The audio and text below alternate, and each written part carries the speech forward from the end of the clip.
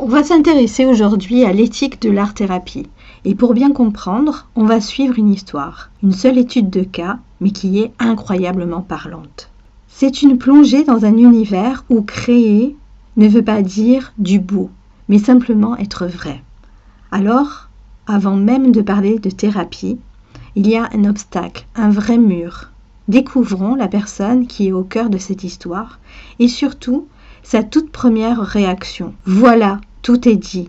C'est une barrière que tellement de gens connaissent. C'est un mélange de peur, de vulnérabilité face à la page blanche. Alors, qui est cette personne ? C'est Madame V. Elle a 83 ans, elle vit seule et puis sa vision baisse à cause d'une DMLA. On peut imaginer l'anxiété que ça peut générer au quotidien. Du coup, quand on lui propose de dessiner, sa résistance, sa première réaction, elle est plus que compréhensible. Et c'est là que ça se joue, dans un accueil de jour où je l'invite à une séance d'art. Sa réponse est directe. Je ne vois rien. Ce n'est pas juste un refus, c'est vraiment un cri du cœur. La barrière n'est plus seulement psychologique, là elle est aussi physique.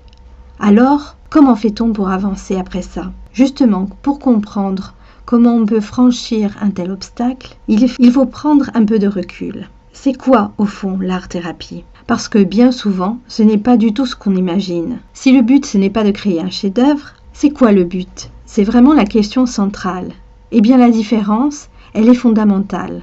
D'un côté, on a le cours d'art classique, là où on se concentre sur le produit, le résultat. On veut un beau dessin, on apprend la technique. De l'autre côté, en art-thérapie, l'important, c'est le processus. C'est ce qui se passe pendant qu'on crée. L'idée, c'est de favoriser l'expression dans un cadre où l'on se sent totalement en sécurité. On ne cherche pas à faire une œuvre, on cherche à vivre un moment de découverte. Pour le dire simplement, la définition, c'est celle-ci. C'est une pratique professionnelle qui utilise le processus de création pour aider des personnes qui rencontrent des difficultés. Attention, ce n'est pas un simple hobby, c'est pas une démarche, une vraie démarche. Ici, l'art n'est pas une fin en soi. C'est un moyen, un outil au service de l'expression. Mais pour que cette expression soit possible, pour que l'on se sente assez en confiance pour se livrer, il faut des règles, un cadre très très précis qui garantit la sécurité. Alors, quelles sont les règles du jeu, si l'on peut dire, dans cet espace si particulier ? Alors, il faut bien comprendre que rien n'est improvisé. Ça commence toujours par un entretien préliminaire pour bien cerner les difficultés, les besoins de la personne. Ensuite, c'est crucial, on établit un cadre. C'est une sorte de contrat thérapeutique avec des règles claires et des attentes définies. C'est un accord mutuel, un vrai engagement pour commencer les séances. Et au cœur de ce cadre, il y a des devoirs éthiques pour le thérapeute. Pensez à ça comme des piliers. D'abord, la confidentialité. Tout ce qui se passe dans la pièce reste dans la pièce. C'est la base. Ensuite, le non-jugement. Ça, c'est peut-être le plus important. Le thérapeute n'interprète rien, ni l'œuvre, ni la personne. Puis, la neutralité. Le thérapeute se met un peu en retrait. Il fait un pas de côté pour laisser toute la place au patient. Et enfin, la supervision. Ça veut dire que le thérapeute lui-même se fait accompagner pour garantir son objectivité. Bref, tout est fait pour que cet espace soit un sanctuaire pour le patient. Alors revenons à Madame V. Pour elle, concrètement, tout ce cadre, ça change quoi ? Eh bien, ça veut dire que ces mots, les traces qu'elle laisse sur la page, c'est de l'expression pure. Ce n'est pas quelque chose qui va être analysé, décortiqué, jugé. C'est un espace de liberté totale. Et ça nous amène à une idée qui peut paraître un peu étrange, voire contre-intuitive. Mais qui est vraiment au cœur de la démarche ? L'idée de créer pour laisser partir.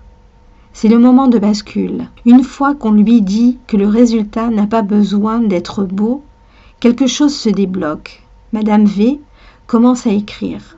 Sa main se met à bouger librement sur la page. Elle ne cherche pas à dessiner. Elle ne cherche pas à performer. Elle est simplement là, dans un moment présent, en train de s'exprimer. Et ça, c'est soutenu par une règle fondamentale du code de déontologie. C'est assez clair. L'art-thérapeute ne peut ni interpréter, ni juger, ni conserver, ni exploiter, ni exposer ce qui est créé. C'est tout le contraire de notre rapport habituel à l'art. L'objet créé n'a qu'un seul but, exister dans l'instant. Et puis c'est tout. On le laisse partir. En une phrase, ça donne ça. L'expression prime sur l'exposition. On passe d'une création tournée vers le regard de l'autre à une création tournée vers soi. C'est un changement de paradigme complet. Et en français, on a cette petite magie des mots. La création devient un jeu. Le jeu, une exploration libre sans enjeu de résultat. C'est en se laissant aller dans ce jeu que le je, l'identité, le soi profond peut enfin apparaître, émerger. C'est magnifique comme idée. L'accent est mis sur l'acte de créer, pas sur l'objet final. On ne produit pas, on joue pour se rencontrer soi-même. Alors, au final, tout ça, pourquoi faire ? Quel est le but ultime de cet espace si contenant, si protégé ? Eh bien voilà, le but, il est là. L'art-thérapie, c'est offrir un espace sur une bulle protégée du monde extérieur. C'est un lien, c'est un lieu pour le psychisme, pour qu'il puisse s'exprimer au-delà des mots. Un endroit où l'on peut déposer ce qui est lourd, se bricoler un peu, se réinventer en toute sécurité. Il y a une citation de Jean-Pierre Royol qui résume ça. Le but, c'est le désir de ne jamais céder à la facilité qui consiste à réduire le sujet au concept d'individu. C'est puissant. Ça veut dire qu'on refuse de mettre des gens dans des cases. C'est de toujours considérer la personne dans toute sa complexité, son histoire, sa singularité. Finir une question à laisser infuser. Qu'est-ce qu'une personne pourrait bien exprimer si elle était absolument certaine de n'être jamais jugée ? Qu'est-ce qui pourrait en sortir ? C'est toute la promesse d'un tel espace, une promesse qui a fonctionné pour Madame V et qui nous fait réfléchir sur nous-mêmes.